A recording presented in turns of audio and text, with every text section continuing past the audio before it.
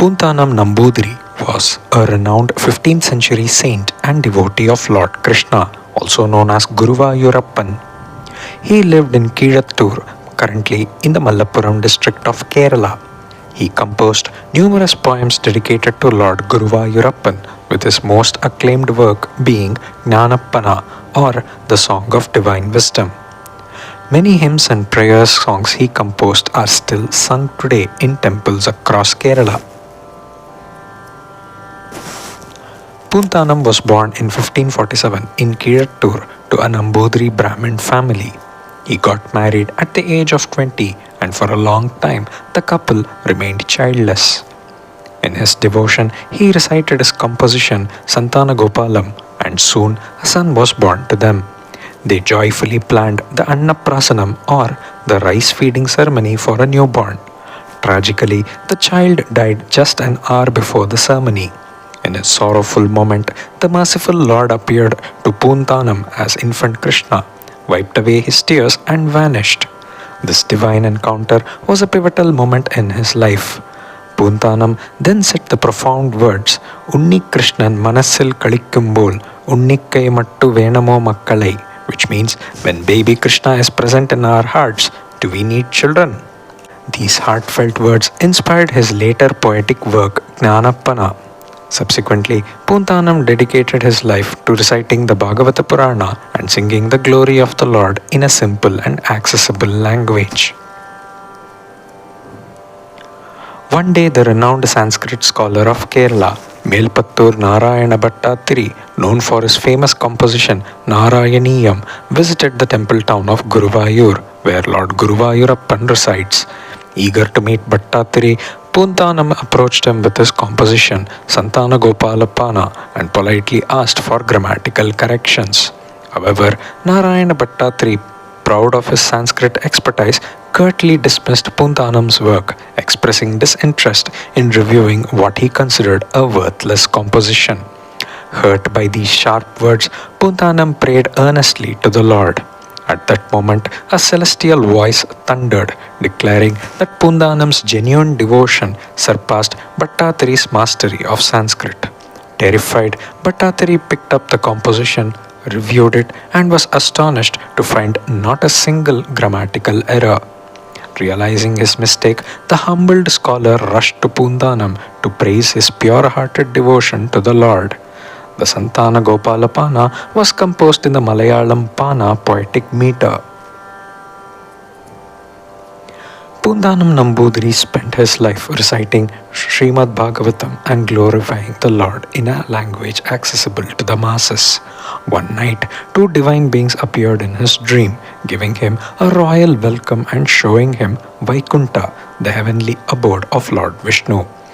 When Puntanam inquired further, the celestial beings explained that they were fortunate to hear his daily recitation of the Srimad Bhagavatam, which had elevated them to the post of celestial guards for the Lord. They revealed that they had once lived on earth as two plantain trees near his home, and then they vanished. Upon awakening, Puntanam stepped outside to find the two plantain trees had miraculously fallen, signifying the liberation of the two divine beings he had seen in his dream. During one of Puntanam Nambudiri's Saptahas, a 7-day recitation of the Srimad Bhagavatam at the Guruvayurappan temple, he reached the chapter of Rukmini Swayamvaram. This chapter describes Rukmini sending a letter to Lord Krishna to implore him to marry her. One of the attendees mischievously challenged Puntanam to prove if the Lord received Rukmini's letter. A booming voice emerged from the temple proclaiming, "Yes, I received the letter." This revelation frightened the gathered crowd. After witnessing this miracle, the mischief maker repented and sought forgiveness from Puntanam Nambudiri. One day, Puntanam Nambudiri wished to visit Guruvayur during Ekadashi to see the Lord and began his journey on foot. Late at night, as he approached the outskirts of the town, he was confronted by dacoits. Suddenly, a horseman appeared in the distance. Recognizing him as someone of royal status, the dacoits fled the scene, leaving Puntanam unharmed. The horseman neared him and identified himself as Mangat Achan, the kingdom's prime minister, who sternly advised Puntanam not to travel alone at night and escorted him to the temple before vanishing. Puntanam soon realized that the prime minister was the Lord who had come to rescue him. As the years passed, an elderly Puntanam Nambudiri attended a felicitation event for a Sanskrit scholar at the Guruvayur temple. During lunch, he mistakenly took a seat reserved for dignitaries and was rudely shooed away. This insult deeply hurt him and he wept, beseeching the Lord about his inability to see Lord Guruvayurappan.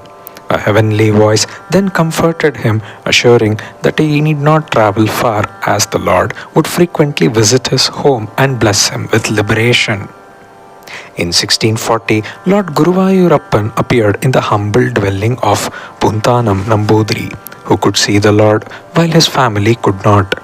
However, he showered love and care by serving food to the Lord.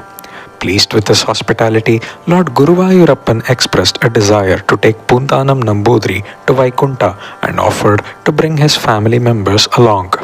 Free from worldly desires, Puntanam Nambudiri instructed his wife to prepare for their final departure together. However, she dismissed his comments as the ramblings of a senile man, insisting she did not see the Lord and rebuked him for his odd behavior. In an instant, Puntanam Nambudiri and the Lord miraculously vanished from their home. He bade farewell to the world and became one with his beloved Lord Guruvayurappan.